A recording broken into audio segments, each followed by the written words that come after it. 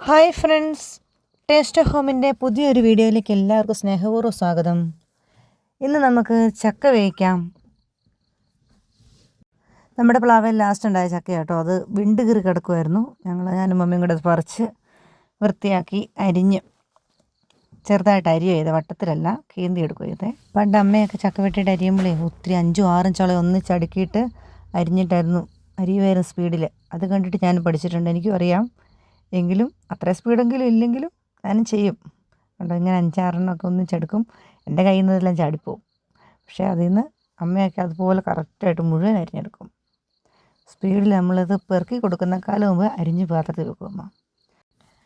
അത് വേവിക്കാൻ വേണ്ടിയിട്ട് നമുക്ക് ഒരു മുറി തേങ്ങയും ഒരു പിടി കരിയാപ്പിലയും ഒരു അര സ്പൂൺ മഞ്ഞൾപ്പൊടി, കുറച്ച് കുരുമുളക്, കുറച്ച് ഉണക്കക്കാന്താരി, പച്ചക്കാന്താരി ഉണ്ട്, അതാണ് ഏറ്റവും നല്ലത്. ഇവിടെ പച്ചക്കാന്താരി ഇപ്പോൾ ഇല്ലേ, മഴ പെയ്തപ്പോൾ എല്ലാ കാന്താരിയും ഇങ്ങനെ മരച്ച് നിൽക്കുമൊന്നും കായ്ക്കുന്നില്ല.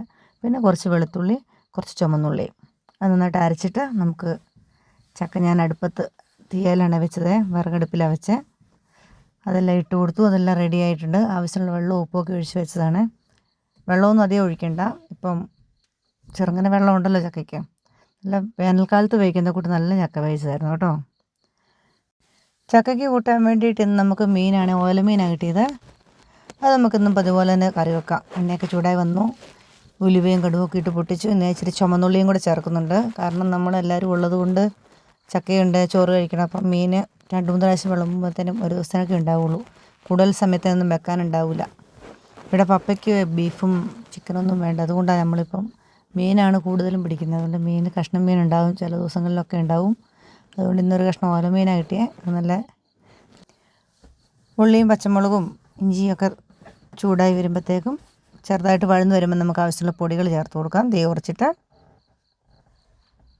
പിന്നെ ഇത് തേങ്ങ അരച്ചൊക്കെ വെക്കുന്നവരുണ്ട് കേട്ടോ. നമ്മൾ പണ്ട് അമ്മയൊക്കെ വെക്കുമായിരുന്നു. ഞങ്ങളിവിടെ തേങ്ങ അരച്ച കറി അധികം ഇഷ്ടമില്ല ആർക്കും. അതുകൊണ്ട് ഞാൻ തേങ്ങ അരച്ച് വെക്കാറില്ല.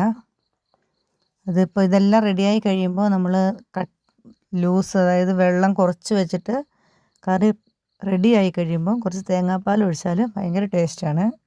അങ്ങനെ കൂട്ടുന്നത് എനിക്കിഷ്ടം. പക്ഷേ ഇവിടെ ആർക്കും തേങ്ങാപ്പാലും തേങ്ങയൊന്നും വേണ്ട. അതുകൊണ്ട് ഞാൻ ഇങ്ങനെ തന്നെ വെക്കൽ. പിന്നെ മത്തി അയിലേക്ക് ആണെങ്കിൽ പച്ചമാങ്ങയൊക്കെ കിട്ടുമ്പോൾ നല്ല തേങ്ങ അരച്ച് കറി വെക്കും. അതെല്ലാവരും കുറേശ്ശെ കൂട്ടും. പക്ഷേ ഈ വലിയ മീനൊന്നും ആർക്കും തേങ്ങ അരച്ചത് വേണ്ട. അപ്പോൾ ആവശ്യമുള്ള പുളിയും ഉപ്പുമൊക്കെ ഇട്ട് ഇനി നമുക്ക് കഴുകി വൃത്തിയാക്കി വെച്ചിരിക്കുന്ന മീൻ കഷ്ണങ്ങളും കൂടെ ചേർത്ത് കൊടുക്കണം അതിനകത്തേക്ക്. നേരത്തെ കഴുകി പിഴിഞ്ഞ് വെച്ച മീനാണേ. എന്നാലും അതെടുത്തിട്ട് കഴിയുമ്പം അതിനകത്ത് വെള്ളം ഉണ്ടോയെന്നൊക്കെ നോക്കണം. അല്ലാണ്ട് ഒന്നിച്ച് നമ്മൾ ഇട്ട പൊടി എടുത്ത് കൊട്ടിയിടരുത്. ഇട്ടുമ്പോൾ അടിയിൽ വെള്ളം ഉണ്ടെങ്കിൽ മീനിൻ്റെ വേസ്റ്റ് വെള്ളമല്ലേ, അപ്പോൾ അതിനൊരു രുചി ഉണ്ടാവില്ല. കറി അങ്ങനെ റെഡിയാകാൻ വേണ്ടി പോകുമ്പോൾ നമുക്ക് ഇന്ന് അതിൻ്റെ കൂടെ കുറച്ച് മത്തിയും കൂടെ കിട്ടിയിട്ടുണ്ട് കേട്ടോ. നല്ല മത്തിയാണ്. ഇപ്പോഴത്തെ മത്തിയൊക്കെ നല്ല നെയ്യൊക്കെയുള്ള മത്തിയാണ്. നല്ല അതിൻ്റെ പനഞ്ഞീനൊക്കെ ഉണ്ട്. അപ്പോൾ മത്തിയും കൂടെ ഒന്ന് വറക്കാൻ വേണ്ടിയുള്ള റെഡിയാക്കാൻ നോക്കുവാണേ. കറി ഏകദേശം ഒന്ന് വേവായി വന്നപ്പോഴത്തേക്കും കുറച്ച് 2 തണ്ട് കരിയാപ്പിലയും കുറച്ച് പച്ച വെളിച്ചെണ്ണയൊക്കെ ഒഴിച്ച് ഒന്നും കൂടെ തട്ടിപ്പൊത്തി വെച്ചു. അത് അവിടെ ഇരുന്ന് ചെറു തീയിലൊന്ന് സെറ്റാകട്ടെ.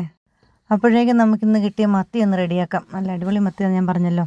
നല്ല സൂപ്പർ മത്തിയായിരുന്നു. നമുക്കൊന്ന് മുറിച്ചെടുക്കാം. ഞാൻ മുറിക്കുന്നത് ഇങ്ങനെയാണേ.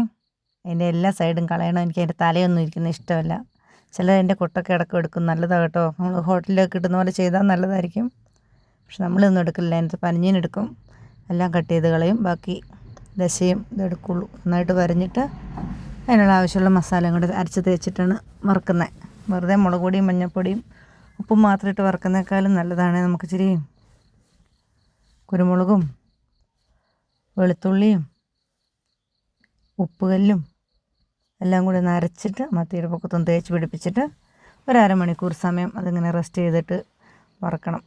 നല്ല പച്ച വെളിച്ചെണ്ണ ഒഴിച്ചിട്ട് വറുക്കണം. അതുപോലെ ഉപ്പിട്ടിട്ട് കേട്ടോ മത്തി വറുത്ത് വെട്ടി കഴിയുമ്പോൾ തേച്ച് കഴുകുന്നത്. അപ്പോൾ അതിൻ്റെ ഒരു ഉളുമ്പും ഉണ്ടാവില്ല. പിന്നെ പനഞ്ഞി കൂടുതലിട്ടിട്ട് തേക്കരുത്. തേച്ചാൽ പിന്നെ ഒന്നിനും കൊള്ളൂല, അളിഞ്ഞു പോവുള്ളൂ. പിന്നീട് ആ മത്തി നമുക്ക് വൃത്തിയാക്കി എടുക്കാൻ പോലും പറ്റിയില്ല. പിന്നെ നമ്മുടെ മത്തി ഈ പിള്ളേർക്കൊക്കെ കൂട്ടിയ ഒത്തിരി നല്ലതാണ്. കാൽസ്യം കണ്ടൻറ്റ് ഏറ്റവും കൂടുതലുള്ള മത്സ്യങ്ങളിൽ ഏറ്റവും നല്ലതൊന്ന് മത്തിയാണ്. ഏത് രോഗക്കാർക്കും കഴിക്കാമെന്ന് എനിക്ക് തോന്നുന്നത്. നമ്മൾ ചെറുപ്പത്തിലൊക്കെ ഇഷ്ടം പോലെ മത്തി കഴിച്ചിട്ടുണ്ട്. അതുപോലെ കുഞ്ഞുമത്തിയൊക്കെ ആണെങ്കിൽ പീര വെച്ച് കൊടുത്താലും മുള്ളൊക്കെ അടക്കം കഴിക്കണം എന്നാണ് പറയുന്നത്. എന്ത് തന്നെയായാലും നമ്മുടെ ഇന്നത്തെ മത്തി വറുത്തതും മീൻ കറിയും ചക്കയൊക്കെ റെഡി ആയിട്ടുണ്ട്. അപ്പോൾ നമുക്ക് ഇന്ന് സൺഡേ ആണ്. ഇതായിരുന്നു നമ്മുടെ ഇന്നത്തെ സ്പെഷ്യൽ. എല്ലാവരും വയറ് നിറച്ച് കഴിച്ചു, പള്ളിയിൽ പോയി. എന്നാലും ഇന്നത്തെ ദിവസം സന്തോഷകരമായിരുന്നു. പിന്നെ എൻ്റെ വീഡിയോസൊക്കെ കാണുന്നതിന് ഒത്തിരി നന്ദിയുണ്ട് കേട്ടോ. എല്ലാവരും കാണുന്നുണ്ട്, അഭിപ്രായങ്ങൾ പറയുന്നതിനും.